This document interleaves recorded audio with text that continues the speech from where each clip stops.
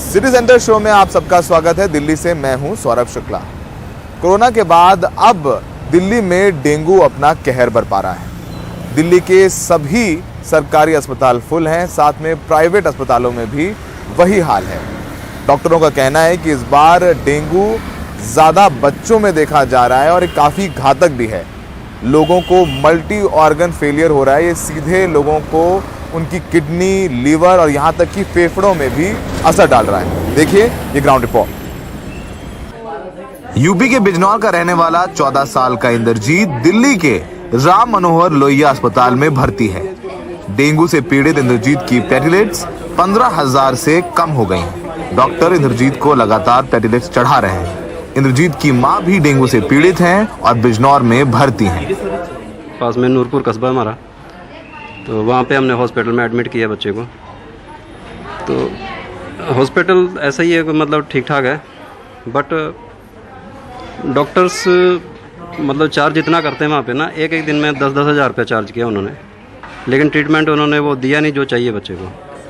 हालात इतने खराब हैं कि आरएमएल के डेंगू वार्ड में एक बेड पर 2-2 बच्चों का इलाज चल रहा है। 45 साल की कांति सफदरजंग अस्पताल के बाहर फुटपाथ पर पूरे परिवार के साथ बैठी हुई है। कांति का 17 साल का लड़का सफदरजंग के आईसीयू में गंभीर हालत में भर्ती है। कांति के बेटे की प्लेटलेट्स 8,000 के भी नीचे पहुंच गई हैं। मेरा बेटा एडमिट है। क्या हो गया उसे? डेंगू हो गया। क्या बोले डॉक्टर, कितनी प्लेटलेट्स हो गई? प्लेट जब जिस टाइम हम लाए थे डॉक्टर साहब, तो जब तो 18,000 थी, अब 8,000 बता रहे हैं। दिल्ली के प्राइवेट अस्पताल भी डेंगू के मरीजों से भरे पड़े हैं। ये गंगाराम अस्पताल के फ्लू क्लिनिक की तस्वीरें हैं, जहां पैर रखने की जगह नहीं है। गंगाराम के प्रमुख डॉक्टर राणा का कहना है कि उनके अस्पताल का आईसीयू बच्चों से भरा हुआ है। इस बार डेंगू से मरीजों के किडनी, लीवर जैसे अंग भी खराब हो रहे हैं।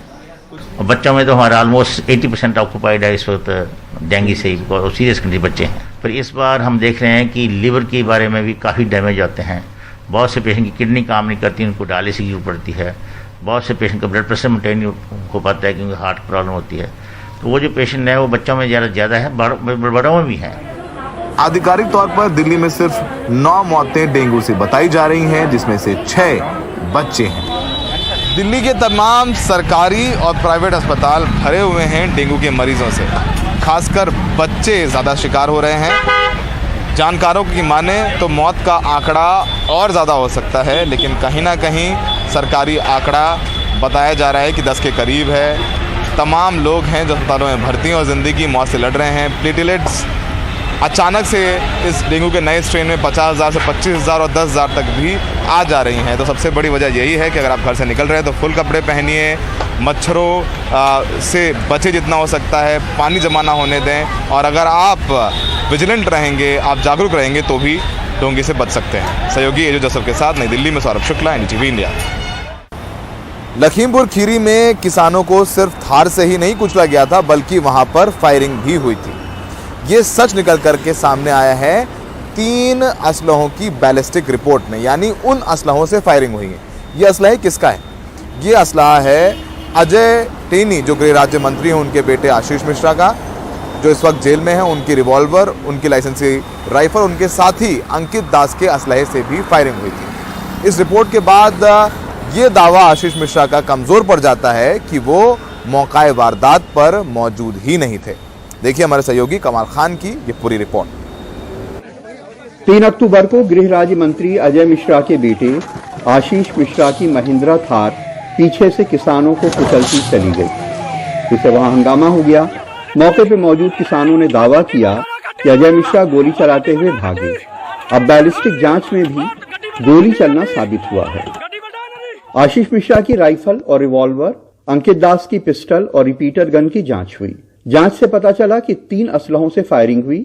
आशीष मिश्रा की राइफल और अंकित दास की पिस्टल और रिपीटर गन से गोलियां चली।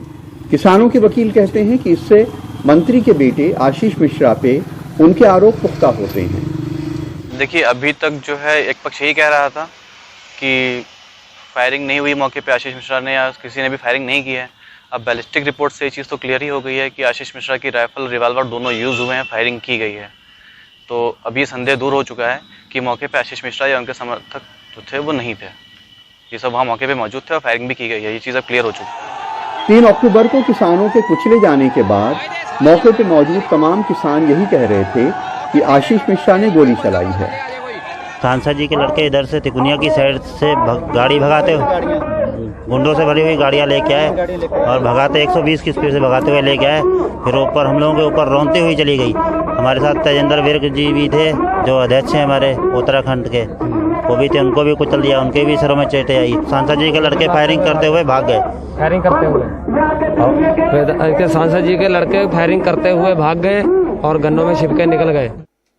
बैलिस्टिक रिपोर्ट पे समाजवादी पार्टी के अध्यक्ष अखिलेश यादव ने तंज किया कि यह ट्रिपल इंजन की सरकार है। एक इंजन दिल्ली में, एक लखनऊ में और तीसरा गृह राज्य मंत्री की शक्ल में लखीमपुर में है।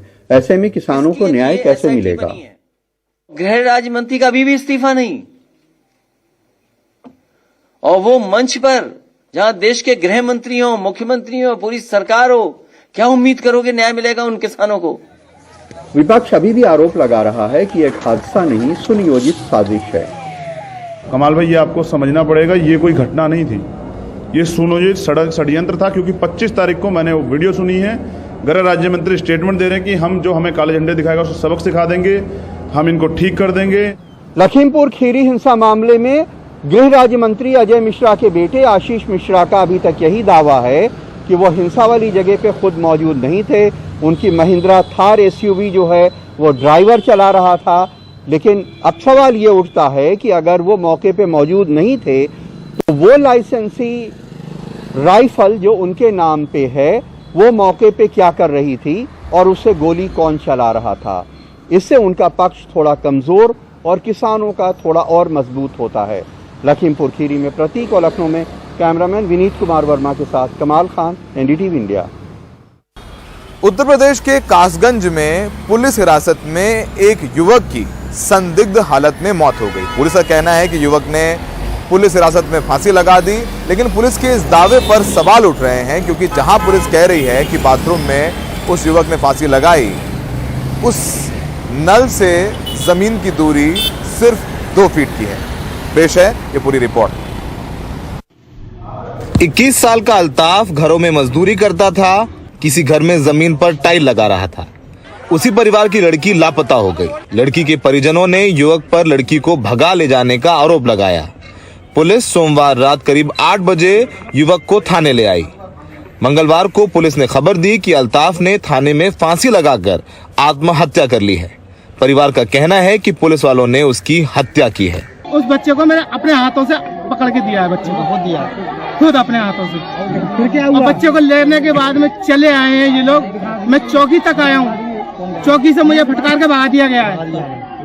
मुझे चौकी से फटकार के भगा दिया गया है। आज क्या होता है? 24 घंटे बीत जाने के बाद, 24 घंटे के बाद में ये मालूम पड़ रही है मुझे फांसी लगा दी है मेरे बच्चे को। उधर कासगंज के एसपी रोहन बोत्री की सफाई है कि अल्ताफ ने अपनी जैकेट के नाड़े को हुक से बांधकर फांसी लगा ली। उसने पूछताछ के दौरान वहां पे बैठे पुलिसकर्मी से उसको वॉशरूम जाने हेतु अनुरोध ने किया था, जिसमें हवालात में बने वॉशरूम में उसको भेजा गया। उसने एक काले कलर का जैकेट जो पहना था, उसमें हुड में लगे हुए एक नाड़े से उसने जो वॉशरूम का जो नल है उसमें फंसा के अपना गला घोटने की खुद ने जो है वो कोशिश की थी। उसको सीएचसी अशोकनगर कासगंज में ले जाया गया। वहां पे प्राथमिक उपचार 5-10 मिनट चलने के उपरांत उसकी मृत्यु हुई है। पुलिस लॉकअप में जैकेट के नाड़े से फांसी लगा लेने की इस थ्योरी पर बड़े सवाल उठ रहे हैं। ये तस्वीरें थाने के हवालात के शौचालय की हैं, जिसमें नल और जमीन के बीच बमुश्किल 2 फुट की दूरी है और प्लास्टिक का नल भी सही सलामत है। क्या यह संभव है कि 5 फुट 5 इंच का आदमी जिसका वजन 60 किलो है वो यहाँ फांसी लगा सकता है? पुलिस की थ्योरी पर कई सवाल उठ रहे हैं। पहला सवाल कि क्या प्लास्टिक के नल में हुड के नाड़े को बांधकर फांसी लगाई जा सकती है? प्लास्टिक के नल और ज़मीन के बीच में दूरी सिर्फ 2 से 2.5 फीट की है, तो उसमें क्या 5 फुट से लंबे अल्ताफ ने फांसी लगा ली? तीसरा, 60 किलो का वज़न है अल्ताफ का, तो प्लास्टिक का नल टूटा क्यों नहीं? और सबसे बड़ा सवाल ये है कि अगर पुलिस निर्दोष है और पुलिस कह रही है कि उसने आत्महत्या की है। तो क्या जो सीसीटीवी लगा होता है कोतवाली में उसका फुटेज पुलिस सामने लाएगी जिसमें ये दिख रहा हो कि अल्ताफ बाथरूम की तरफ जा रहा है? और सबसे बड़ा सवाल यही है कि अगर पुलिस पाक साफ है तो क्या इसकी जांच न्यायिक जांच कराई जाएगी? और अब पुलिस वालों पर भी कार्रवाई कर दी गई है। 5 पुलिस वाले जो समय थे थाने में उनको निलंबित किया गया है और कड़े सुरक्षा के बीच में, कड़े पहरे के बीच में अल्ताफ के शव को कब्रिस्तान में दफन कर दिया गया। सहयोगी एजो जोसेफ के साथ दिल्ली में सौरभ शुक्ला, एनडीटीवी इंडिया।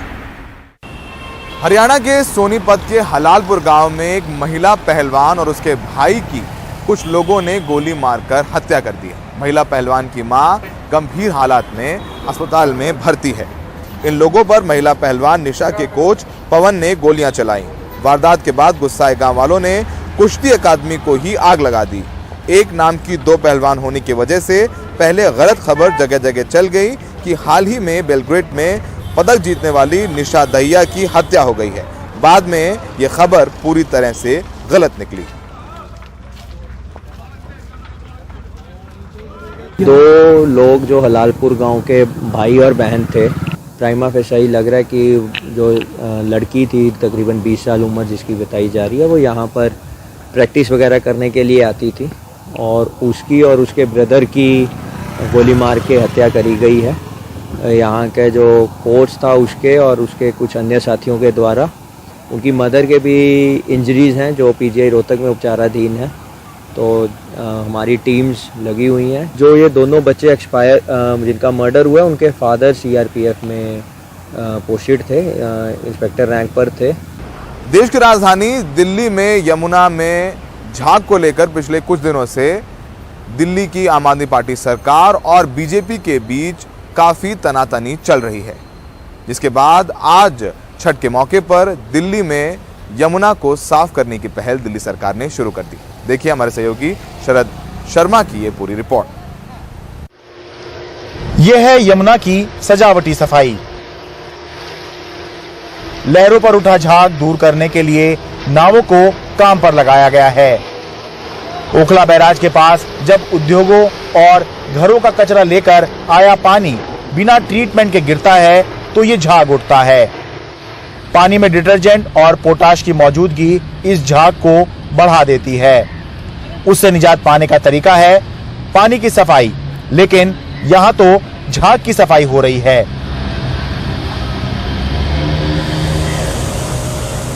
कहीं प्रेशर के साथ पानी का छिड़काव किया गया तो कहीं बांस की बल्लियां लगा दी गई ताकि झाग किनारों पर ना पहुंचे। इस बीच सियासी आरोप प्रत्यारोप भी चलता रहा।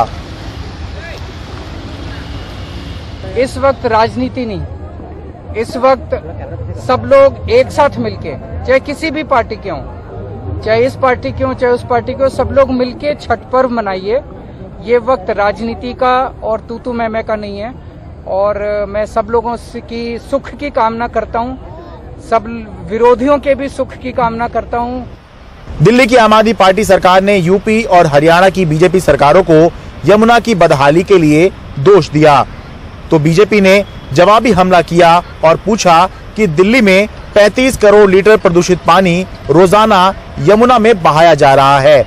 सीवेज ट्रीटमेंट प्लांट तय समय से देरी से बन रहे हैं, उनके लिए भी क्या यूपी और हरियाणा जिम्मेदार हैं? केंद्र सरकार ने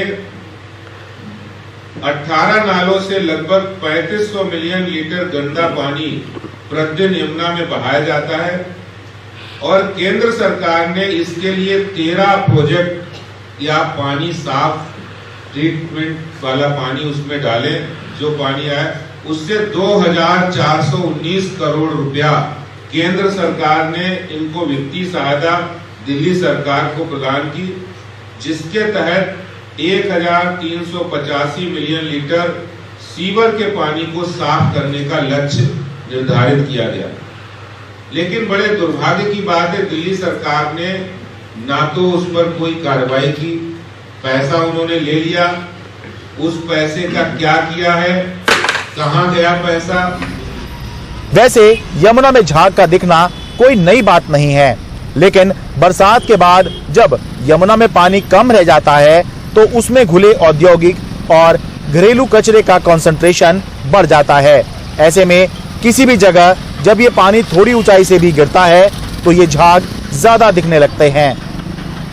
छठ महापर्व पर श्रद्धालु इसी पानी में पूजा के लिए पहुंचे तो तस्वीरें मीडिया में आ गई और हंगामा बढ़ गया। बाकी समय यमुना की फिक्र होती ही कितनों को है। क्या यूपी और हरियाणा यमुना में साफ पानी छोड़ रहे होंगे? जवाब है नहीं। क्या दिल्ली यमुना में साफ पानी छोड़ रही है? नहीं। तो ऐसे में दोषारोपण करने का कोई मतलब ही नहीं है, बल्कि जरूरत है कि जिम्मेदारी उठाई जाए और यमुना को साफ किया जाए और समन्वय बनाया जाए सभी राज्य सरकारों के बीच में, केंद्र और राज्य सरकारों के बीच में, ताकि जिस नदी की वजह से हमारा अस्तित्व है उस नदी के अस्तित्व को हम बचा सकें। वरना झाग तो हटाए जा सकते हैं लेकिन पानी तो फिर भी गंदा ही रहेगा। दिल्ली के कालिंदी कुंज से अपने कैमरा सहयोगी संजय कौशिक के साथ मैं शरद शर्मा, एनडीटीवी इंडिया। मुंबई में क्रूज शिप ड्रग पार्टी मामला पूरी तरीके से राजनीतिक रूप ले चुका है। अब हालात इस कदर बिगड़ चुके हैं कि राजनीतिक दल एक दूसरे पर अंडरवर्ल्ड कनेक्शन होने का आरोप लगा रहे हैं। मंगलवार को महाराष्ट्र के पूर्व मुख्यमंत्री देवेंद्र फडणवीस ने नवाब मलिक पर आरोप लगाया कि उन्होंने 1993 बम धमाकों में सजायाफ्ता एक व्यक्ति से जमीन की खरीद फरोख्त की। तो आज महाराष्ट्र सरकार के मंत्री नवाब मलिक ने देवेंद्र फडणवीस पर और आरोप लगाया कि उन्होंने अंडरवर्ल्ड के कुछ लोगों को पद दे करके उगाही की है जब वो मुख्यमंत्री थे। देखिए हमारे सहयोगी सुनील सिंह की मुंबई से पूरी रिपोर्ट। सीधा संबंध अंडरवर्ल्ड से दिखाई देता है। देवेंद्र फडणवीस के आरोप के जवाब में नवाब मलिक ने बुधवार को हाइड्रोजन बम फोड़ने का दावा किया। मलिक ने मुन्ना यादव, हाजी अली अराफात और हैदर आजम के नाम लेकर देवेंद्र फडणवीस पर अंडरवर्ल्ड के लोगों को सरकारी पद देकर उगाही करवाने का आरोप लगाया। कहा, देवेंद्र जी आप मुन्ना यादव को चेयरमैन बनाते हैं, कुख्यात गुंडे को, बांग्लादेशियों को इस शहर के अंदर आबाद करता है, उसको आप minority Maulana Azad finance corporation का चेयरमैन बनाते हैं, और जो जाली नोट का रैकेट चलाता है। क्या आपके इशारे पे पूरे महाराष्ट्र में उगाही का काम हो रहा था कि नहीं? मामला मुंबई का हो, बिल्डरों के जमीनों का झगड़ा हो, मामला थाना में जाके कंप्लेंट करके दर्ज करके वसूली की जाती थी कि नहीं? जवाब देने देवेंद्र फडणवीस की जगह बीजेपी नेता आशीष शेलार आए और नवाब मलिक के हाइड्रोजन बम को फुलझड़ी करार दिया। नवाब मलिक ने आरोपी रियाज भाटी के साथ बीजेपी नेताओं के फोटो होने का दावा किया था, तो आशीष शेलार ने दूसरी पार्टी के बड़े नेताओं के साथ भी रियाज के फोटो दिखाए। रियाज भाटी का फोटो और उसका आरोप उन्होंने किया, उस पर हम स्पष्ट करना चाहते हैं, माननीय प्रधानमंत्री जी का कार्यालय या माननीय प्रधानमंत्री जी का कार्यक्रम, इससे रियाज भाटी का ना कोई संबंध है ना कोई संपर्क है। तो ऐसे कितने फोटो दिखाए जा सकते हैं?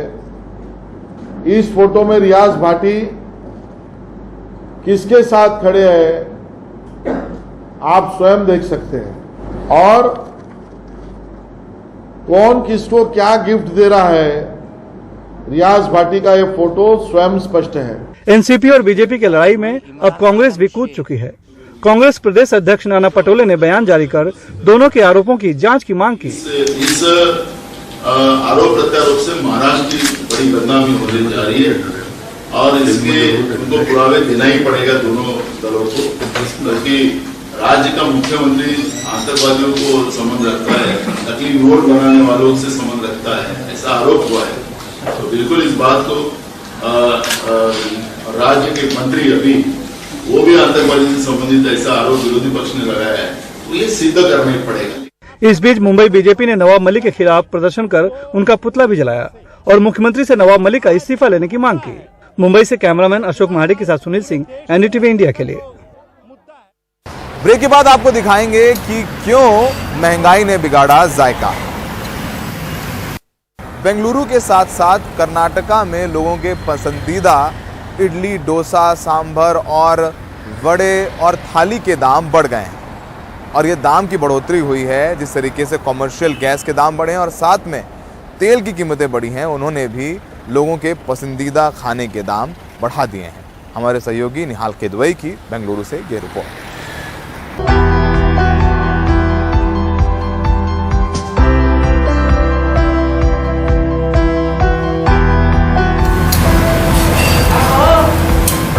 मजेदार क्रिस्पी मसाला डोसा कर्नाटक और तमिलनाडु का सबसे ज्यादा पसंद किए जाने वाला व्यंजन अब 5 रुपए से 10 रुपए महंगा हो गया। औसतन रेस्टोरेंट में जहां ये अब तक 40 रुपए से 45 रुपए में मिलता था, वो अब बढ़कर 48 से 55 रुपए तक पहुंच गया है। We have to pay because we were daily we can't bring food. Max is 50 rupees they are taking, right? It's very huge, but no way, no. Every day I used to pay about 80 rupees, 100 rupees. Now it's going to 150, 200 rupees. It is about to go up again because of the prices are going up for raw material. कुछ इसी तरह इडली वड़ा भी कम से कम 5 से 10 रुपए महंगा हो गया है। 2 इडली वड़ा की प्लेट सांभर और चटनी के साथ अब 30 रुपए से बढ़कर 40 रुपए के आसपास पहुंच चुकी है। ठेलों पर भी कम से कम 5 रुपए का इजाफा हुआ है। और इसी तरह दूसरे व्यंजन भी जेब पर भारी पड़ रहे हैं। कर्नाटक रेस्टोरेंट्स और होटल संघ के फैसले के बाद पूरे राज्य में अब दाम बढ़ गए हैं। गैस 1000 रुपये 1100 रुपीज़ गैस अभी 2050 रुपये देना पड़ेगा। हम 5 सिलेंडर लेने के टाइम डेली 5000 रुपये एक्स्ट्रा हम पे करना पड़ेगा। किधर से लेना है? होटल इंडस्ट्री कैसा चलना है बोलो? अब ऑयल भी बढ़ गया, ऑयल रेट भी बढ़ गया। ऐसा पूरा एक 25-30% रेट बढ़ गया है, तो हम कैसा मैनेज करना है? दाम बढ़ोतरी से चाय कॉफी भी अछूती नहीं है। 2 से 3 रुपए दाम बढ़ाए गए। बेंगलुरु से कैमरामैन गोविंद मूर्ति के साथ निहाल केदवई, एनडीटीवी इंडिया। आज के लिए सिटी सेंटर शो में बस इतना ही। देश दुनिया की तमाम खबरों के लिए बने रहिए एनडीटीवी इंडिया पर।